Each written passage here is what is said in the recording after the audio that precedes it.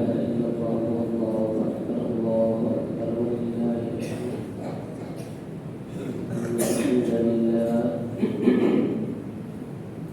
الحمد لله نحمده ونستعينه ونستغفره ونعوذ بالله من شرور أنفسنا ومن سيئات أعمالنا من يهده الله فلا مضل له ومن يضلله فلا هادي له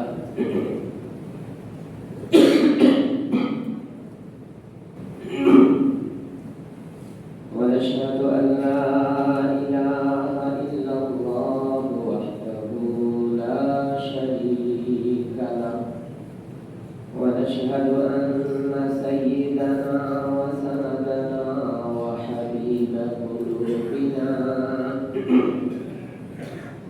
وطبيبنا وأولانا ومولانا محمدا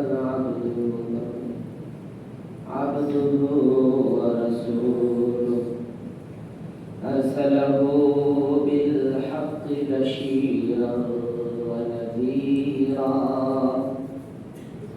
وداعيا إلى الله بإذنه وسراجا منيرا أما بعد فأعوذ بالله من الشيطان الرجيم بسم الله الرحمن الرحيم وفرحوا بالحياة الدنيا وما الحياة الدنيا في الآخرة إلا متاع صدق الله العظيم وصدق رسوله النبي الكريم ونحن على ذلك من الشاهدين والشاكرين والحمد لله رب العالمين. اللهم صل على محمد وعلى آل محمد كما صليت على إبراهيم وعلى آل إبراهيم إنك حميد مجيد.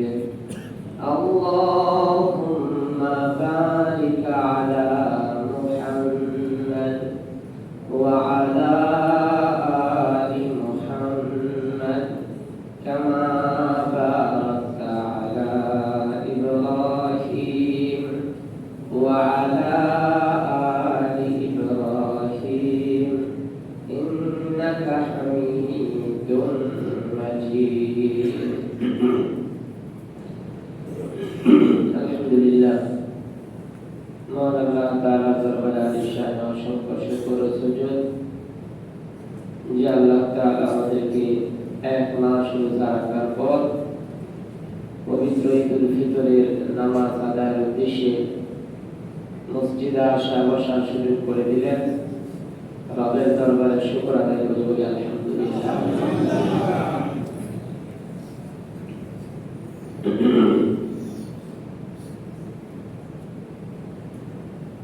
গোটা রমজানে প্রতিদিনই কিছু না কিছু নসিহত ওয়াজ আমাদের এখানে হয়েছে। একটা পরিবেশও তৈরি হয়েছিল।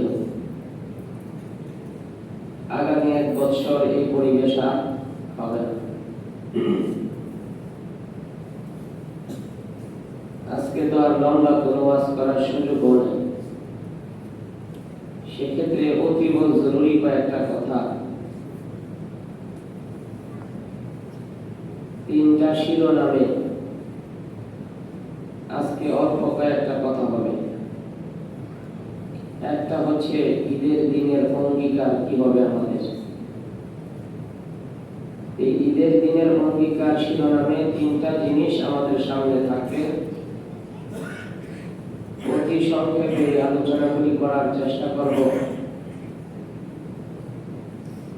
আলোচনা তখনই আমার কাছে আপনার কাছে ফলপ্রসূ হবে যদি সেগুলি আমরা বাস্তবায়ন করতে পারি। ওয়াজ যা হওয়ার হয়ে গেছে, বাকি আছে শুধু আমল। বাকি আছে কি? আমল। এখন আমল কমপ্লিট করলেই ভাই দুই বছর শয়তান সারা হয়ে গেছে গতকালটা।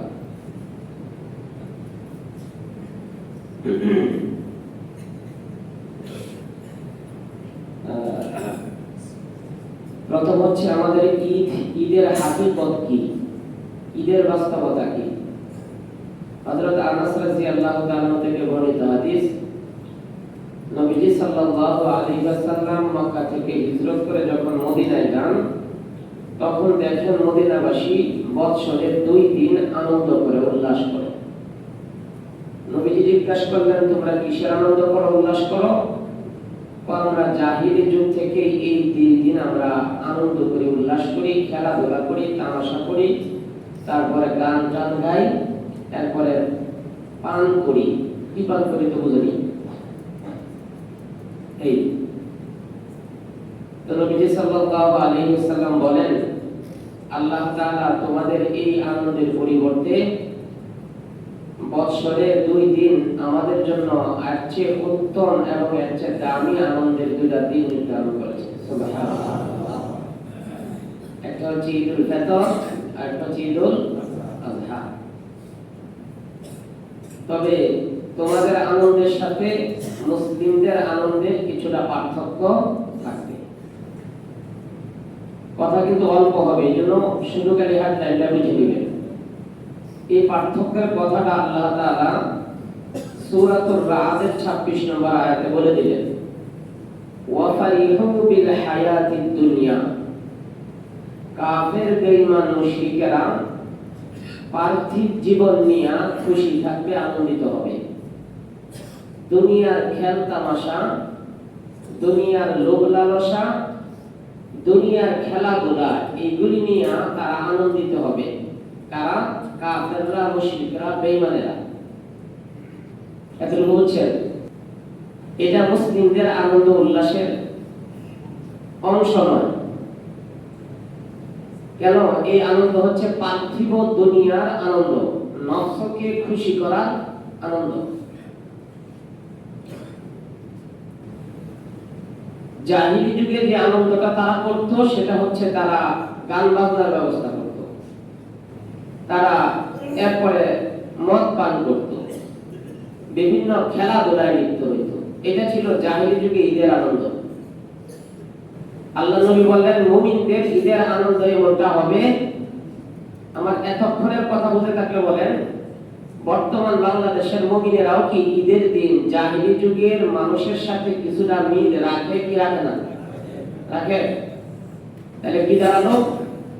সারা মাস শিকার করলো, আর ভোরবেলা দেখলো, সকালের ভোরবেলা দেখলো যে মাছ রাখার ডোলা বা খালই ছিদ্র, ডোলা বা খালই ছিদ্র।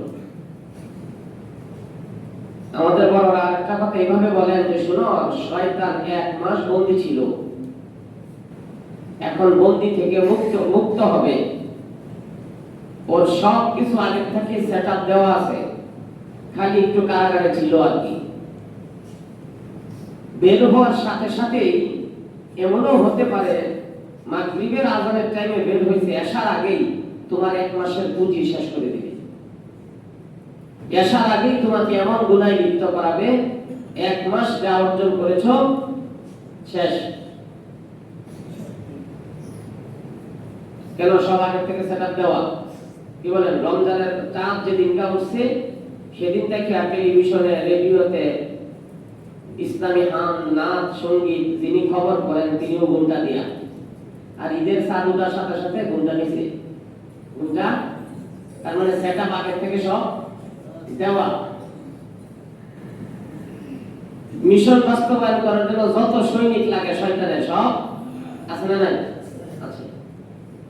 বাকি 1 মাস যে আমি যে তাকওয়া অর্জন করেছি, সেই তাকওয়ার উপর ভিত্তি করে আমাকে যেহেতু বাকি পথ চলতে হবে, আমি কি পরিমাণ তাকওয়া অর্জন করছি, গুনাহ সামনে আসলে আমার মন গুনাহকে ঘৃণা করে কিনা, এটা আমাকে বারবার জিজ্ঞাসা করতে হবে।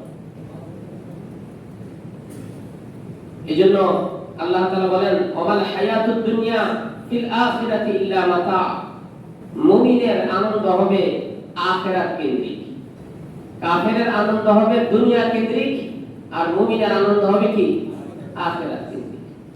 এখন মুমিনের আখিরাত কেন্দ্রিক আনন্দের একটা সুসংবাদ আপনাদেরকে আজকে দেওয়া হবে ইনশাআল্লাহ। আল্লাহ রাসূল সাল্লাল্লাহু আলাইহি ওয়াসাল্লাম বলেছেন, মুমিন 1 মাস রোজা রাখার পর যখন ঈদগাহের দিকে আসতে থাকবে, অনুচ্চ আওয়াজে তাকবীর বলতে বলতে আল্লাহু আকবার আল্লাহু আকবার লা ইলাহা ইল্লাল্লাহ আল্লাহু আকবার ওয়ালিল্লাহিল হামদ। আর আল্লাহ তাআলা এর সম্মানার্থে রাস্তার দুই পাশে ফেরেশতাদেরকে সারিবদ্ধভাবে দাঁড় করায় দিবেন। যে রাস্তা দিয়ে আপনারা আসতেছিলেন, আপনার বাড়ি থেকে মসজিদ পর্যন্ত ফেরেশতারা সারিবদ্ধভাবে দাঁড়ানো আছে। فإذا كان يوم عيدهم يعني يوم فطرهم باها بهم الملائكة فلسترى دارو فقال يا ملائكتي ما جزاء أجير وأوفى عمله। আল্লাহ তখন ফেরেশতাদেরকে কিছু কথা জিজ্ঞাসা করে। অন্য জায়গায় বলেন আল্লাহ তাআলা জিজ্ঞাসা করে ফেরেশতাদেরকে, কিরে আমার বান্দারা কোথায় যায় আল্লাহ জানে না? কি বলেন, জানে না? তাহলে জিজ্ঞাসা করে কেন? আল্লাহ একটা ঘোষণা দিবেন। আল্লাহ কি করবেন? একটা ঘোষণা দিবেন। আল্লাহ ঈদগাহে যায়, কেন যায় এটা জানেন আল্লাহ? আল্লাহ তোমার বান্দারা সারা বছর রোজা রাখে, সারা মাস রোজা রাখে, আজকে ঈদের দিনে এর বিনিময় দেওয়ার জন্য যায়। সুবহানাল্লাহ। আল্লাহকে গিরে কেমন লাগে তোদের কাছে? আমার বান্দারা একটা মাস খাবার সামনে ছিল, খায় নাই, হালাল বিবির কাছে যায় নাই, খাবার নিয়ে বসে রয়েছে ইফতারির টাইমে, পেটে ক্ষুধা ছিল কিন্তু আমার হুকুমে অপেক্ষা করছে, যখন আযান হয়েছে তখন খাওয়া শুরু করছে। হ্যাঁ, তোদের কাছে যদি এরকম খিদা দিয়ে পাঠাইতাম, তোরা আমাদের হুকুমের তোয়াক্কা না করে খাওয়া শুরু করে দিতি। হ্যাঁ আল্লাহ তোমার বান্দারা অনেক ইবাদত করছে, তাহলে না করছিলি কেন? মনে নাই? আমি যখন মানুষ বানাইতে চাইছিলাম, তোরা কি কইছিলি যে মানুষগুলি দুনিয়াতে যায় ফিতনা করবে, ফাসাদ করবে, মারামারি করবে। আল্লাহ কি দরকার? শুধু কি মারামারি করে না, আমার বান্দা ইবাদতও করে। আল্লাহ ইবাদতও করে, ইবাদতও সুবহানাল্লাহ বলেন না। আল্লাহ প্রমাণ করাইতে চায় ফেরেশতাদেরকে, দেখ আমি কেন মানুষ বানাইছি, 1 মাস সিয়াম সাধনা করেছি। এখন জিজ্ঞাসা করে, এবার বল, তোরা বল, ইয়া মালাইকাতি, আমার ফেরেশতারা বল, মা জাযাউ আজির ওয়া ফা'মালাহু, যারা কাজ শেষ করছে এদের বিনিময় আজকে কি হইতে পারে, কি বিনিময় দিতে পারি? কালু রাব্বানা জাযাউহু আন ইউওয়াফা আজরুহু। ফেরেশতারা বলে, আল্লাহ উচিত তো হচ্ছে যে পরিশ্রম করেছে মজদুর, তার মজদুরি সময় মতো পরিশোধ করে দেওয়া। সুবহানাল্লাহ। ফাকালা মালাইকাতি, হে আমার ফেরেশতারা, আবিদি ওয়া ইমাই ফারিদাতি আলাইহিম, আমার বান্দারা 1 মাস আমার তাদের উপর যে ফরজিয়ত ছিল সেটা আদায় করেছে। সুম্মা খারাজু, এরপরে তারা বের হয়েছে, ইয়াউজু ইলা দুআ, আমার কাছে দোয়া চাওয়ার জন্য, আমার কাছে কিছু চাইবে, এটার জন্য আসছে। তাহলে আরেকটা জিনিস বুঝলেন, আজকের ঈদের দিন একটা দোয়া আছে না নাই? তাহলে কি সালাম ফিরাই দিবেন? কি যে ধন্য আমাদের এই মানুষগুলি, দোয়া নাই। আর দোয়াও মুখুল ইবাদ, দোয়া সমস্ত ইবাদতের সারাংশ। আর দোয়াও হুয়াল ইবাদা, দোয়াটাই আলাদা একটা ইবাদত, দোয়াটাও আলাদা একটা। সালাম ফিরাইতে দেরি মানে কি যে তারা করে, আরেকজনের গায়ে ঘুরে পাড়ায় বাইরে চলে যায়। মানে মসজিদে আসতে যখন শয়তান খালি চিন্তাইতে থাকে, তাড়াতাড়ি বলে আর কত এখানে, কারণ এগুলো থাকলেই তো তুই গুনাহমুক্ত থাকবি। কথা বলে ঠিক কিনা? মসজিদে গুনাহ পরিবেশ আছে, গুনাহমুক্ত না? তো শয়তান চায় যে আপনি গুনাহমুক্ত পরিবেশে থাকেন, একটা মাস কি কাম কম করছেন, এখন শয়তানের কিছু কাজ বাকি আছে, তো এটা শুরু হবে পরে। ও ফ্যানটা বন্ধ করে দাও, ফ্যানটা অফ করে দেন। আচ্ছা, এখন অবস্থা কি দাঁড়াইলো? আল্লাহ তাআলা বলেন, তাহলে শুন তোরা, আমার বান্দারা দুয়ার জন্য আসলো ঈদগাহে, তাহলে আমার ঘোষণা এবার, আমার ঘোষণাটা শুন। ওয়া ইজ্জতি ওয়া জালালি ওয়া কারামি ওয়া উলুবি ওয়া ইরতিফাই মাকানি লা উজিবান্নাহুম। সুবহানাল্লাহ বলেন। হয় নাই, তৃপ্তি সহকারে হয় না, আর জোরে বলতে হবে। আল্লাহ ওয়াদা দিতেছে লা উজিবান্নাহুম, দুইটা তাকিদ দিয়া, অবশ্যই অবশ্যই আমার ইজ্জত, আমার জালাল, আমার বুজুর্গের কসম দিয়া বলতেছি, অবশ্যই অবশ্যই আজকে আমি আমার বান্দার দোয়া কবুল করব। সুবহানাল্লাহ। না ঠিক ভাবনা, আর কি চাই ভাই? মুমিনের আনন্দ হওয়ার জন্য এর চেয়ে বেশি কিছু দরকার নাই তো। আল্লাহ ওয়াদা দিচ্ছেন আজকে আমাদের সাথে। আল্লাহ নিজেই বলেন ওয়াদাল্লাহি হাক্কা, আমার ওয়াদা সত্য, আমার ওয়াদা ওয়া মান আসদাকু মিনাল্লাহি হাদিসা, আল্লাহ বলেন আমার চেয়ে সত্য বলনেওয়ালা আর কেউ নাই।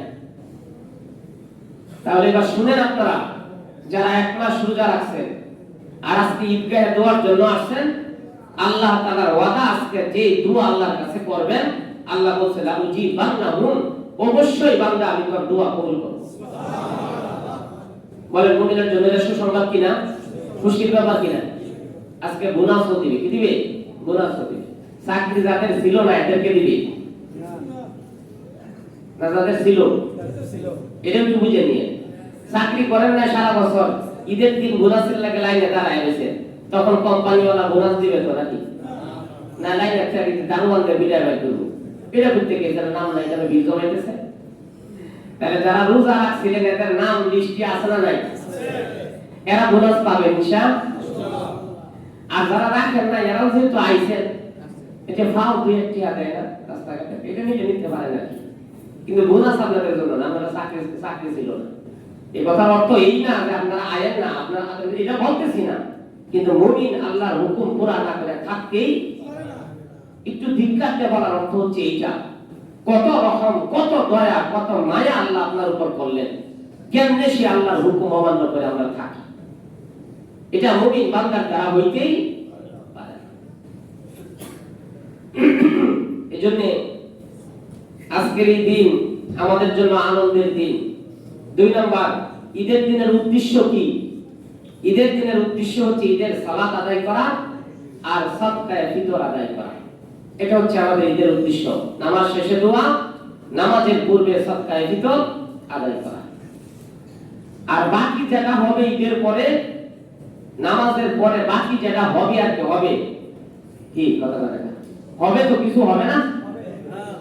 যেটা হবে এটা আমাদের না, এটা মিস্টার ইবলিশের, এটা মিস্টার ইবলিশের। ডিজে গান বাজবে, তারপরে আমাদের মেয়েরা সেজে গুজে বের হবে, মুসলিমেরা সারা মাস যা কামাই করছিল একদিনে শেষ করবে, একদিনে শেষ করবে। এটাও বলে দিলাম এই কারণে, যেন যার পুঁজি দরকার সে যেন সতর্ক থাকে, যে ব্যাংকে টাকা জমাইছি যেন চুরি না হয়। ঈমান চুর কিন্তু সারা পায় গেছে, ঈমান চুর আর আমল চুর কি হয়ে গেছে?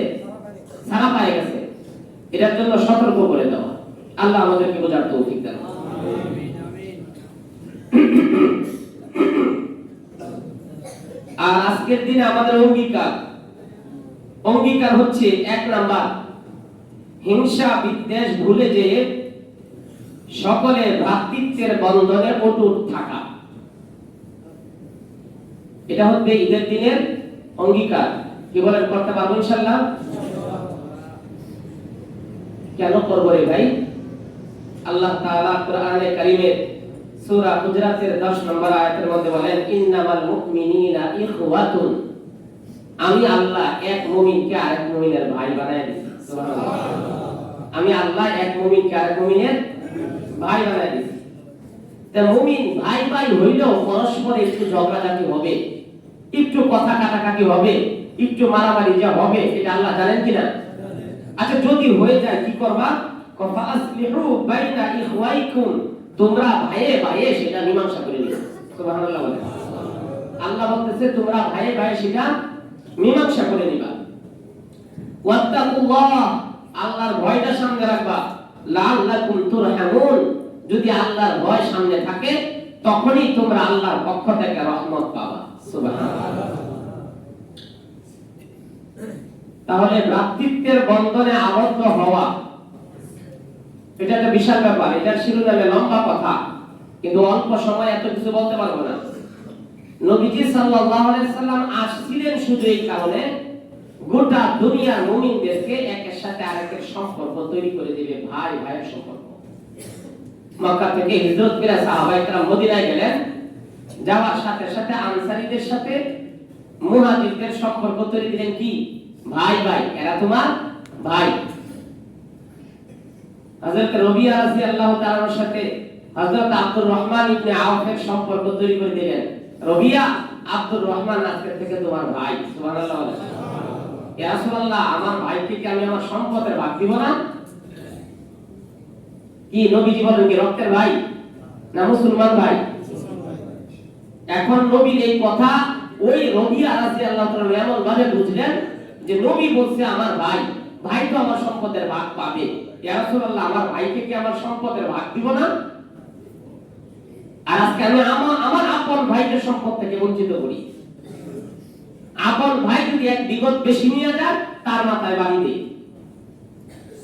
যার বলে দ্বিতীয় হিসাব বড় হয়েছি, একটা সময় তার কৃতজ্ঞতাকে অস্বীকার করি। কিসের আশায়? সামান্য দুনিয়া পাওয়ার আশায়। একটা মজবুত সম্পর্ককে আমি নষ্ট করে দিই। ময়দানে হাসরে আল্লাহ তাআলা মানুষকে যখন নেকির অভাবে ফেলবেন, একটা নেকির জন্য জান্নাতে যাইতে পারবে না, তখন তাকে ছাড় দেওয়া হবে আর বলবে যাও একটু ঘুরে ফিরে দেখো ময়দানে হাসরে তোমাকে কেউ একটা নেকি দেয় কিনা। নেকির জন্য সর্বপ্রথম যে ছুটবে সেটা বাপের কাছে না, মায়ের কাছে না, ভাইয়ের কাছে। ইয়াউমা ইয়াফিরুল মারউ মিন আখি, সবার আগে যাবে ভাইয়ের কাছে। কেন রে ভাই? দুনিয়াতে যদি কেউ কারোর উপর আক্রমণ করে, একটা চটকানা দেয়, আগে ফুন্ডা বাইর করে বাইরে ফুন্ডে, বাপরে না, মারে না, ফুন্ডে ভাই তুই আইলি আমার মাসি। তো ভাইয়ের কাছে যখন খবর যায় আমার ভাইয়ের মারলো, সে বাস পাখির মতো উড়াতে যায় বলে। এটা হলো ভ্রাতৃত্ব। কিন্তু বিশ্বাস করেন দুনিয়ার সামান্য লোভে ফেলায়া ভাই ভাইয়ের শত্রু হয়ে দাঁড়ায় গেছে। ভাই ভাইয়ের শত্রু হয়ে দাঁড়ায় গেছে। কিভাবে বুঝাবো? আমি কোনো একদিন এই কথা বলতে বলতে যায় মসজিদ থেকে উঠে চলে গেছি, একজন ফোন দিয়ে কাঁদতেছে। কি ভাই কাঁদেন কেন? আমার ভাইয়ের সাথে দীর্ঘদিন সম্পর্ক নেই, আপনার কথা শোনার পরে মন চাইছিল ভাইয়ের সাথে কথা বলবো, কিন্তু সাহস পাই নাই। খাইতে বসছি আর তখনই খালি বারবার মনে হচ্ছিল এই ভাই আমার মুখে দুটো খাওয়াই দিচ্ছে, পেটে ভাত দেখতেছিল না। হঠাৎ করে দেখি 5 বছর পরে ভাই আমার ফোন দিছে। ফোন দিয়ে বলতেছে তুই কই রে? আমি বাড়ি বাসা। কয় তুই বাসায় তোর জন্য বসছি, তুই আসলে খাবো।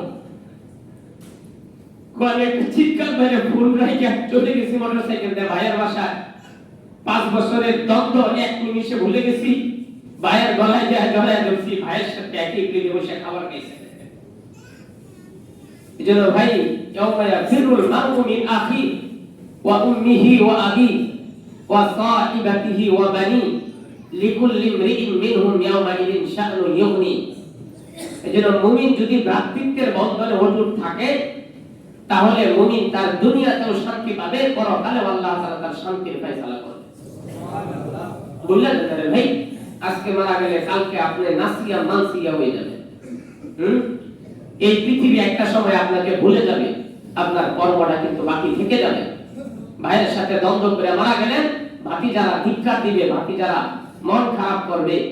আর যদি মিলেমিশে একটু ঠকলেন না, ঠকছেন, ঠকতেই থাকেন না, আপনি জিতা নেওয়ালা কে? আল্লাহ। দুনিয়াতে আমি একটা মেসেজ আপনাদেরকে দিই, সম্পত্তির বন্টনে যায় যেই ভাই আরেক ভাইকে ঠগায়, সে ঠগায় না, সে মূলত ঠগে। সে এমন ঠগে যে মরণ পর্যন্ত দুনিয়াতে ঠগে। 1 নাম্বার ঠগা, তার সম্পদে আল্লাহ বরকত কমায় দেয়, তার সন্তানদেরকে বেয়াদব বানায় দেয়। এটা হলো 1 নাম্বার ঠগা।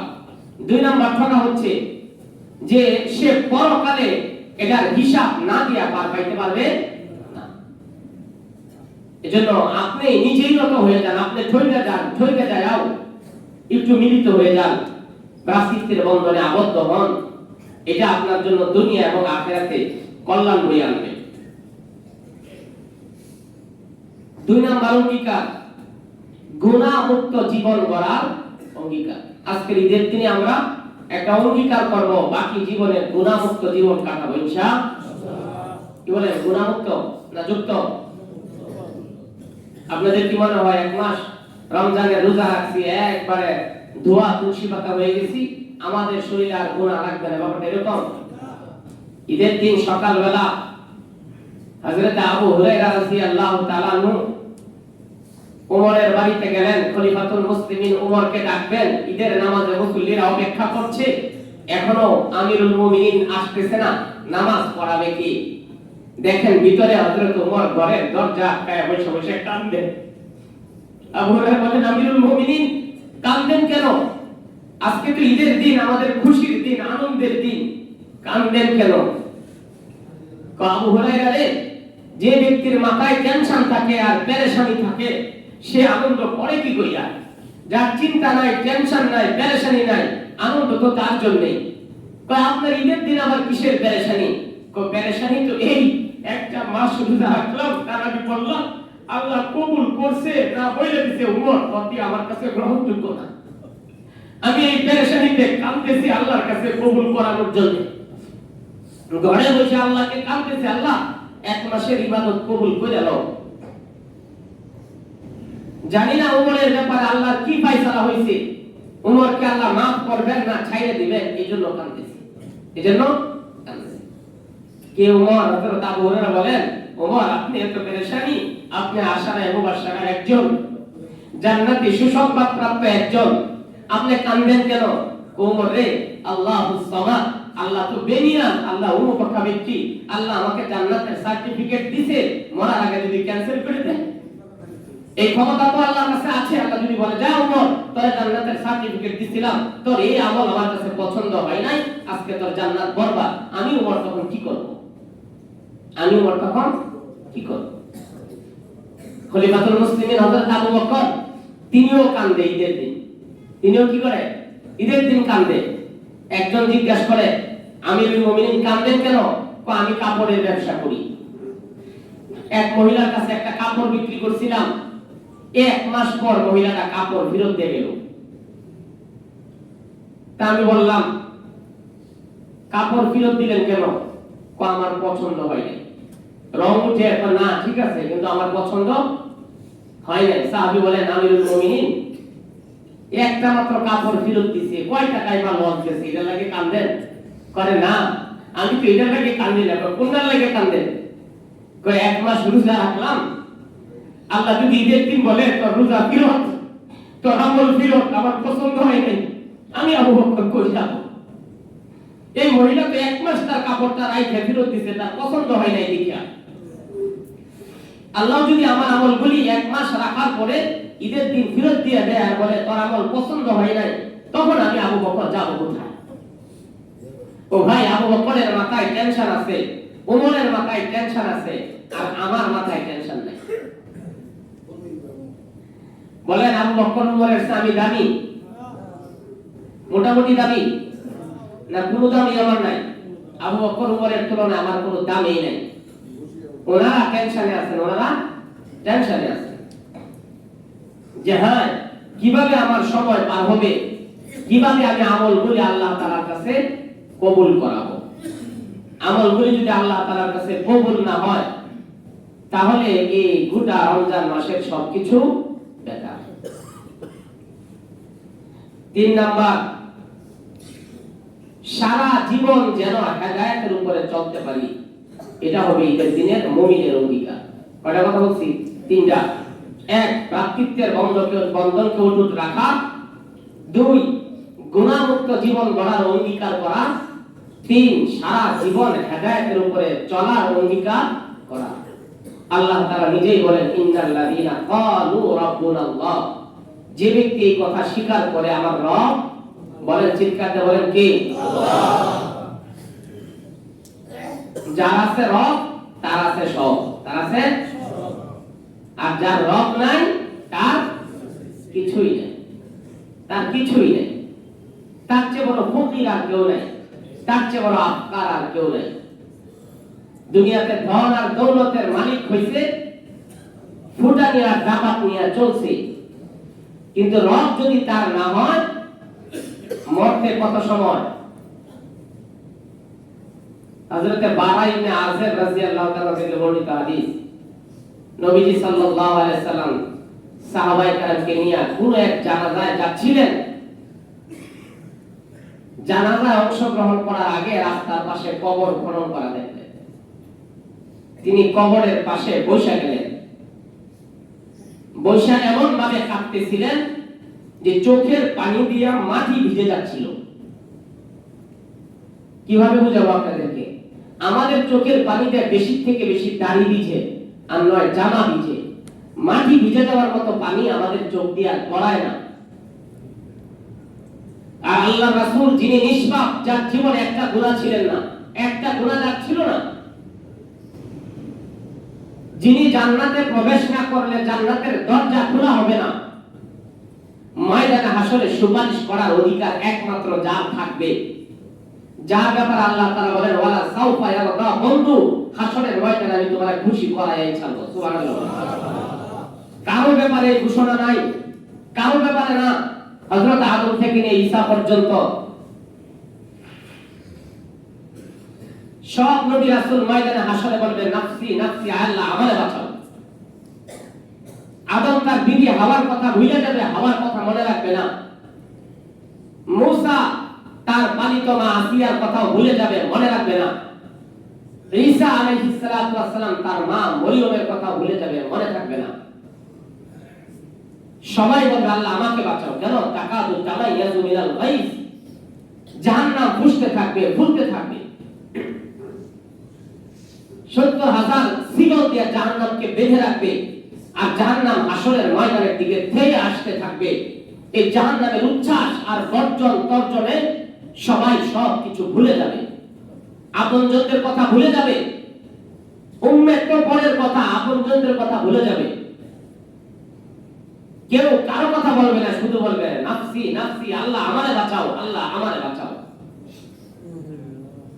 কিন্তু আমার হাবিব মুহাম্মদুর রাসূলুল্লাহ সাল্লাল্লাহু আলাইহি সাল্লাম যেদিন হাসরের ময়দানে উঠবে, ইয়ারফাউ ইলাল হাসর, হাসরের ময়দানে যখন উঠবেন, ডান পাশে আবু বকর, বাম পাশে উমরের কাঁধে ভর দিয়া ওয়ায়াবকা, কাঁদতে কাঁদতে উঠবেন। কাঁদতে কাঁদতে উঠাই দেখবেন ময়দান খালি, চিৎকার করে বলবেন জিবরাইল আইনা উম্মতি, আইনা উম্মতি, আমার উম্মত কইলে আমি উঠার আগেই এদেরকে জাহান্নামে পাঠিয়ে দিছি। জিবরাইল বলবে ইয়া রাসূলুল্লাহ, না না, মাত্রই তো আপনি উঠলেন, হাসরের ময়দান এখনো শুরুই হয় নাই, আপনি উঠছেন, এরপরে জান্নাতুল বাকিরা উঠবে, এরপরে জান্নাতুল মুআল্লাওয়ালারা উঠবে, এরপরে গোটা দুনিয়াবাসী উঠবে। যখন গোটা ময়দান জুড়ে চলতে থাকবে নাফসি নাফসি নাফসি, ময়দানের এক কোণ থেকে আওয়াজ আসবে রাব্বি হাবলি উম্মতি, রাব্বি হাবলি উম্মতি। আল্লাহ ডাক দিয়ে বলবে হাবিব, মাকামে মাহমুদ আপনার জন্যই আমি বানাইছি, অন্য কারোর জন্য নয়। না আদমের জন্য, না মুসার জন্য, না ঈসার জন্য, না ইব্রাহিম খলিলের জন্য। মাকামে মাহমুদ আমি আপনাকে আপনার জন্য বানাইছি, বসেন মাকামে মাহমুদে। আল্লাহ রাসূল বললেন না, আমি আজকে মাকামে মাহমুদে বসতে চাই না, আল্লাহ আমার ভয় হয়, আমি মাকামে মাহমুদে বসবো আর তুমি টান দিয়ে আমাকে আরশে আজিমের উপরে নিয়ে যাবা, উম্মতেরা ময়দানে ছোটাছুটি করবে, আমারে পাবে না।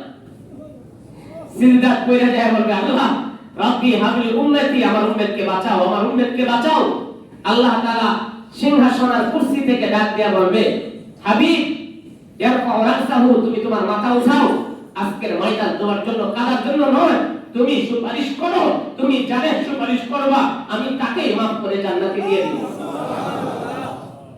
দোস্ত, তুমি কার সাথে তোমার জীবন মিলাইছো, কার চরিত্রকে নিজে চরিত্রবান বানাইছো, কাকে তোমার মডেল মনে করছো, কার চেহারার আকৃতির সাথে তোমার চেহারার আকৃতির মিল, কার পোশাকের সাথে তোমার পোশাকের মিল, কার চলনের সাথে তোমার চলনের মিল, কার বলনের সাথে তোমার বলনের মিল, একবারও ভাবলা না, একবারও ভাবলা না।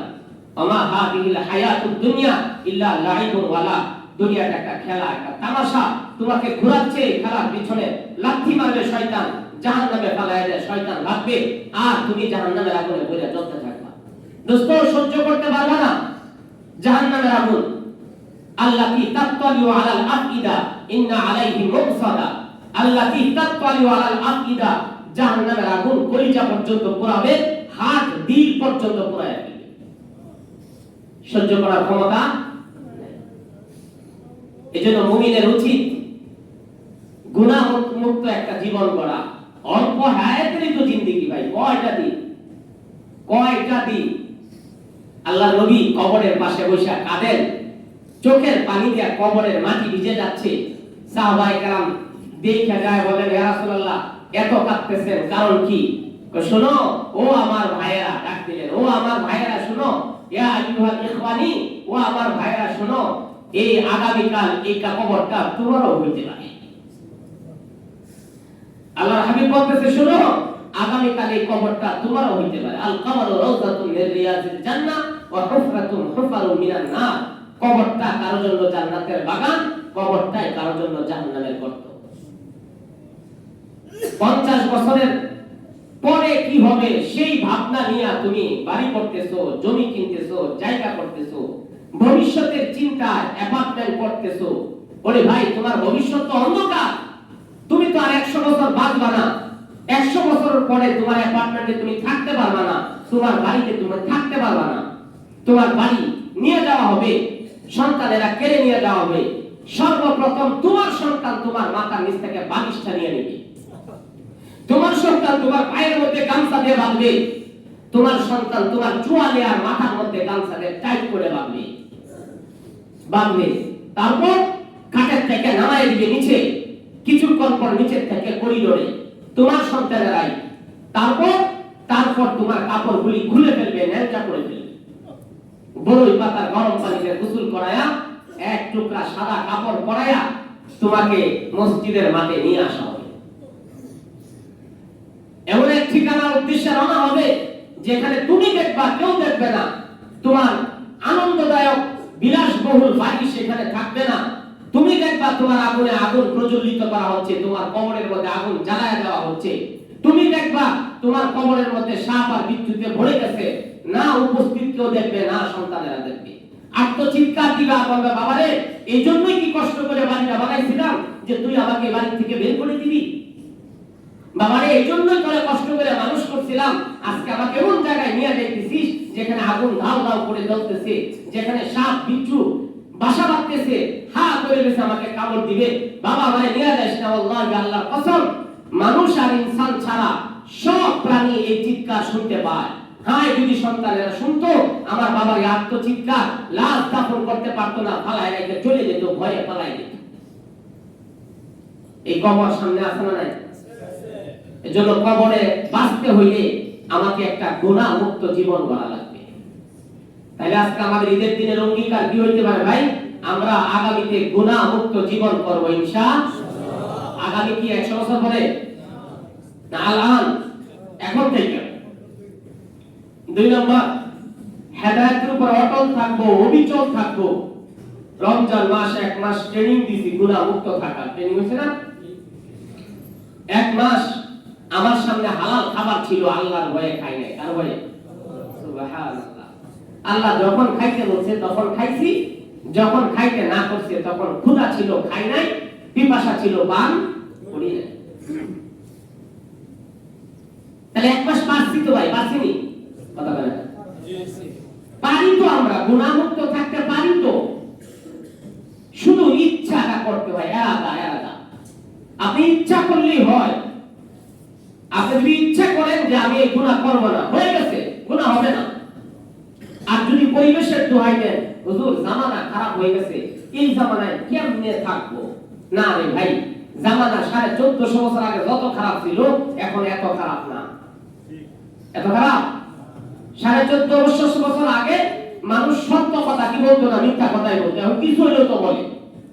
1450 বছর আগে মেয়ে মানুষের কোনো মর্যাদা ছিল না। এদেরকে গরু, ছাগল, ভেড়া, বকরির মতো বিক্রি করা হইতো। পেটের বাচ্চা পেট বাইরে দেখতো, ছেলে না মেয়ে। পেট ফাইটা দেখতো শুধু দেখার জন্য যেটা ছেলে হয়েছে না মেয়ে হয়েছে।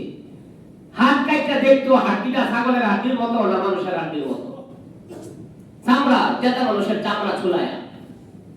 এখন কি জাতি এত বর্বর না শিক্ষিত হয়েছে? শিক্ষিত হয়েছে। অশ্লীলতা এখন আছে, জাহিলি যুগেও ছিল কিনা? মদ পান করার ব্যবস্থা এখন আছে, ওই সময়ও তো ছিল। ওই সময়ের মানুষগুলি অনেক বেশি অজ্ঞ আর জাহেল ছিল। গোটা দুনিয়া ছিল একদিকে, অল্প কয়েকজন মুসলিম ছিল একদিকে। সুবহানাল্লাহ। গোটা দুনিয়ায় মুসলমানের সংখ্যা ছিল মাত্র নবী বিদায় হওয়ার সময় 1,25,000। আর বর্তমান পৃথিবীতে মুসলিমের সংখ্যা প্রায় 200 কোটি। তাহলে এখন কি খারাপ অবস্থা না এখন ভালো অবস্থা? এখন জামানা খারাপ না এখন জামানা ভালো? কিন্তু যদি বাকি চালান দেওয়া যায় আর এক্সরে মেশিনে কি জানি কয় আল্ট্রাসোনোগ্রাফি করা যায় যে এখন মুসলমানের ইমানের অবস্থা কি, তো ওই জামানার যে একজন মুসলমানের ইমান যেরকম ছিল, আমার মনে হয় 200 কোটি মুসলমানের ইমান একসাথে করলে এরকম পাওয়া যাবে কিনা? কথা বল না কেন? আফসোস, সাহাবাইরা আফসোস করে। এক জায়গায় নবীজি বলেন, আমি আমার ভাইদের ব্যাপারে ভয় পাই, ওরা সময় মতো নামাজ পড়বে না, নামাজ ছেড়ে দিবে। তো সাহাবী আশ্চর্য হয়ে, ইয়া রাসূলুল্লাহ, মুমিন আবার নামাজ কেন ছেড়ে দেয়? তারা আশ্চর্য হয়, মুমিন আবার নামাজ? কথা বুঝতেছেন কি সমান? আর মুমিন কেন ছেড়ে দেয় বুঝানো লাগবে আপনাদেরকে। মুমিন আবার নামাজ কেন ছেড়ে দেয়? ওরা ওয়াদা খেলাফ করবে। হ্যাঁ, মুসলমান ওয়াদা খেলাফ করতে পারে? এটা সাহাবায়ে কেরামের আশ্চর্যের বিষয় ছিল। কিন্তু এখন কি আশ্চর্য না, মানে স্ট্যান্ড টুম কইরা দলিল সিএস আরিয়াস কইরাও তারপরে ওয়াদা ঠিক রাখা যায় না। আর টাকা পয়সা মাশাআল্লাহ কারণ যদি কর্জা দেন আর কি, যে 1 মাস করে দিয়ে দিয়ে দেওয়ার সময় তো নিজের বাসায় মনে হয়, জানার সময় নিজের ব্যবসা তো খারাপ হবে। যারে কর্জা দিচ্ছেন টাকা সময় মতো আনতে গেলে কি গুটি দিয়ে দেন, মানে এর কাছে জবাব দেওয়া লাগে। আমার টাকা আমি আনবো, আমার জবাব দেওয়া লাগে। এই এখন টিয়াতে করতেন কি? আমি কি বাড়ি ঘর ভেঙে দিচ্ছি নাকি? হ্যাঁ, আর দোকান বাকির অবস্থা এবার একটা মাসালা শুনেন। আমরা যারা দোকানে বাকি খান, বাকি খাওয়ার সময় কিনার সময় ওই দোকানিকে বলতে হবে যে আমি এতদিনের মধ্যে টাকাটা পরিশোধ করবো। কারণ দোকানদার আশা করে রাখছে যে আপনি আগামী সপ্তাহে টাকা দিয়ে দিবেন, আর আপনি ধরে রাখছেন আগামী 3 বছর পরে দিবেন। কি তাহলে কি একরকম হইল? এই দোকানদারের ব্যবসা নিব না?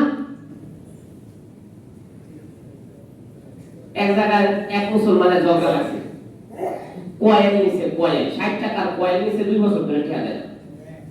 কয় বছর ধরে? তো দোকানদার যখন জিজ্ঞাসা, ভাই 2টা বছর হয়ে গেল 60 টাকা কয়েলের টাকা দেয় না, তুই এত চেষ্টা কি লাগে রে? 60 টাকা লাগে বারবার টাকা দেওয়া লাগে। হ্যাঁ চেষ্টা,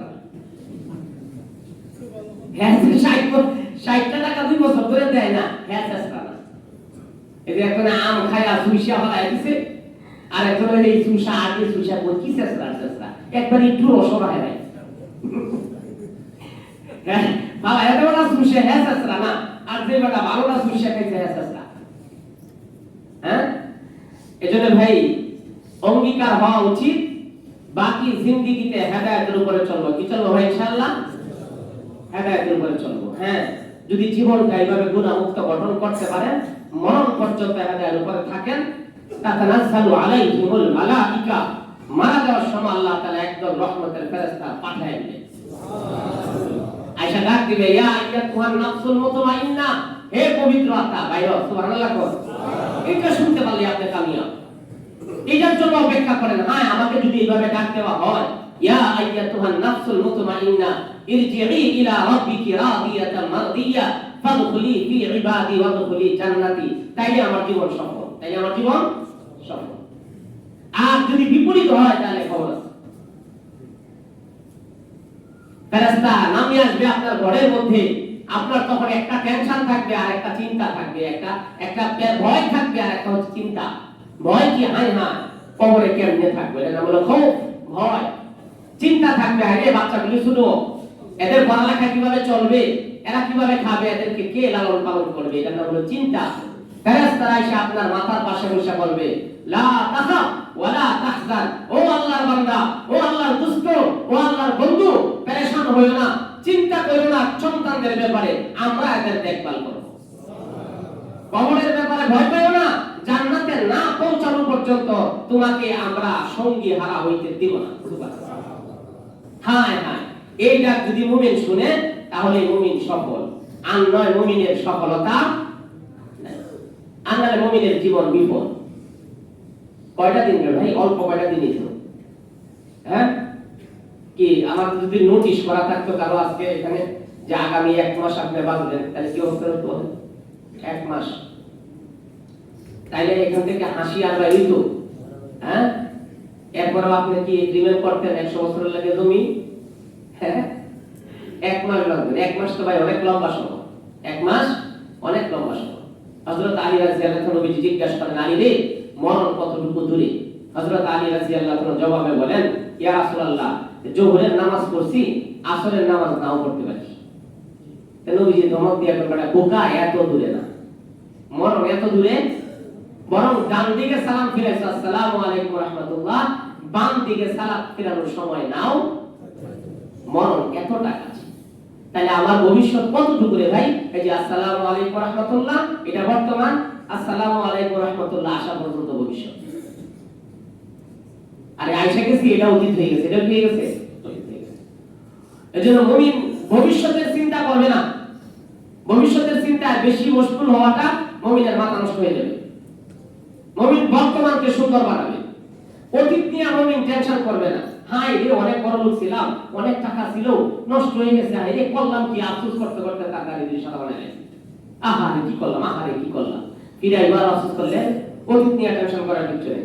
ভবিষ্যৎ হাই কি করা দরকার, এটা করা দরকার, ওইটা করা দরকার, ভবিষ্যৎ নিয়ে তো টেনশন নেই। আরে ভাই, আপনি কালকে তো বলে দেখতে পারেন, এত ভবিষ্যৎ কিসের লিখে? শুধু আপনার বর্তমান সুন্দর বানান। প্রত্যেকটা মুমিন বর্তমান সুন্দর বানাবে, তার অতীত সুন্দর হয়ে যাবে, অতীত সুন্দর হয়ে যাবে। এজন্য আপনাদের জন্য আজকে শেষ কথা, আল্লাহ রাসূল সাল্লাল্লাহু আলাইহি ওয়াসাল্লামের শেষ কথাটা বইলা আমার কথা শেষ করে দিচ্ছি। রাসূল সাল্লাল্লাহু আলাইহি ওয়াসাল্লাম বলেন, যখন আপনাদের আজকে ঈদের নামাজ শেষ হবে, আল্লাহ তখন ঘোষণা করে দিবেন, ফায়াকুলু, আল্লাহ বলবেন, ইরজিউ, ও আমার বান্দারা, যা যা, ফিরে যা, বাড়িতে যা, কাদ গাফারতু লাকুম, আমি আল্লাহ তাদেরকে maaf করে দিলাম। শুধু তাই না বান্দা, আরো খুশখবরি আছে তাদের জন্য, ওয়া বাদদাতু সাইয়্যাতিকুম হাসানাত, বান্দারে তোর গোটা জিন্দেগিতে যত গুনাহ ছিল, গুনাহগুলিকে আজকে আমি নেকি দিয়ে পরিবর্তন করে দিলাম। এইটা হচ্ছে আমাদের ঈদ ভাই, এটা আমাদের ঈদ, এটা আমাদের আনন্দ। আজকে রব আমাদেরকে maaf করে দিবে। এজন্য ভাই বিনীত অনুরোধ, আজকে রবের কাছে কাঁদবেন, রব যেন খুশি হয়ে যায়, এমন কাঁদতে হবে রবের যেন মায়া লাগে, রব যেন থাকতে না পারে। আরে ভাই, সন্তান যত বড় অপরাধী করুক না কেন, মার কাছে এসে যখন কান্না শুরু করে, মা হৃদয় নূরের মতো বইয়ে যায়। মারে মারলে কিলাইলেও মা এটা ভুলে যায়, সন্তানকে বুকে জড়ায় নেয়। এটা যদি মায়ের ভালোবাসা হয়, হ্যাঁ, রবের ভালোবাসা তো এর চেয়ে কোটি কোটি গুণ বেশি। একবার কান্দে দেন না, আর নিজের দুর্বলতাটা প্রকাশ করেন, আল্লাহ আমি দুর্বল, আল্লাহ আমি বলদ, আমি বুঝি নাই, আমি বোকা, আল্লাহ আমি না বুঝে অন্যায়টা করছি, বলতে থাকেন, আল্লাহর মায়া লেগে যাবে। আর সে আজকে থেকে ঘোষণা হবে, যা, আমার বান্দার কান্না আমার কাছে পছন্দ হইছে, আমি মাফ করে দিলাম। আল্লাহ তাআলা আমাদেরকে মাফ করে দিবেন ইনশাআল্লাহ। এই আশা তো রাখি ঈদের দিন ভাই আমরা সবাই সবাইকে মাফ করে দেব, কি বলেন ইনশাআল্লাহ? গত 1 মাস আমরা একসাথে নামাজ পড়ছি, আর বিগত দিন একসাথে চলাফেরা করছি, ভুল ত্রুটি কম বেশ আছে তো সবারই, কেউ ভুলের ঊর্ধ্বে নয়। আমি ইমাম সাহেব হিসেবে আপনাদের হক আদায় করতে পারি নাই, চেষ্টা করি যথাসাধ্য কোরআনের মেসেজগুলি আপনাদের কাছে পৌঁছাইতে। অনেক সময় উপস্থাপনার সাবলীলতা না থাকার কারণে কথাগুলি রুক্ষ হয়ে যায়, যেভাবে ইজ্জত আর সম্মান দেওয়া দরকার ছিল সেটা পারি না, এজন্য ক্ষমা প্রার্থী। তবে এতটুকু আমি আমার দিলের মধ্যে সুকুন নিয়ে বলি, কোনো কথাই আপনাদেরকে কটাক্ষ করার জন্য নয়, বরং হেদায়েতের উদ্দেশ্যেই বলা। প্রথমে যেন নিজের হেদায়েত হয়, পরে যেন আপনাদের হেদায়েত হয়। আমার দিলের মধ্যে তামান্না, আমি শুধু এটুকু আল্লাহকে সাক্ষী রেখে বলি, রাতের অন্ধকারেও এই আপামর জনগণ, আমার সব মুসল্লির যাদের নাম মনে থাকে, এদের নাম নিয়ে দিয়ে পর্যন্ত কান্দি, আল্লাহ মাফ করে দাও, আল্লাহ মাফ করে দাও। আমার যতটুকু পরিধি এতটুকু দোয়া আল্লাহর কাছে করতে থাকি, আল্লাহ মাফ করে দাও, আল্লাহর হাবিব তো দায়িত্ব আরো বেশি দিয়েছেন, গোটা দুনিয়ার উম্মাহর জন্য খেদমত করা, কান্নাকাটি করার জিম্মাদারি দিয়েছেন, কিন্তু সেই যোগ্যতা তো নাই। বাকি অনেক সময় অনেক কথা কটাক্ষ করে বলতে হয়, আঘাত দিয়ে বলতে হয়, যেন হেদায়েতের ভিতরে ঢুকে। এটার জন্য আমি আপনাদের কাছে মাফি চাই, আমাকে মাফ করে দেন, আল্লাহ যেন আমাকে মাফ করে দেন। আপনাদের কোনো আচরণ যদি আমার কাছে খারাপ লেগে থাকে, আল্লাহকে সাক্ষী রেখে বলছি, দিলে কিছু নাই, মাফ করে দিলাম ইনশাআল্লাহ। একে অপরকে মাফ করে দিলে মাফ করবেন কে? আল্লাহ তাআলা খুশি হয়ে যাবেন, আল্লাহ তাআলা মাফ করবেন। সুবহান রাব্বিকা রাব্বিল ইজ্জাতি আম্মা ইয়াসিফুন, সালামুন আলাল মুরসালিন, আলহামদুলিল্লাহি রাব্বিল আলামিন। জি ভাই।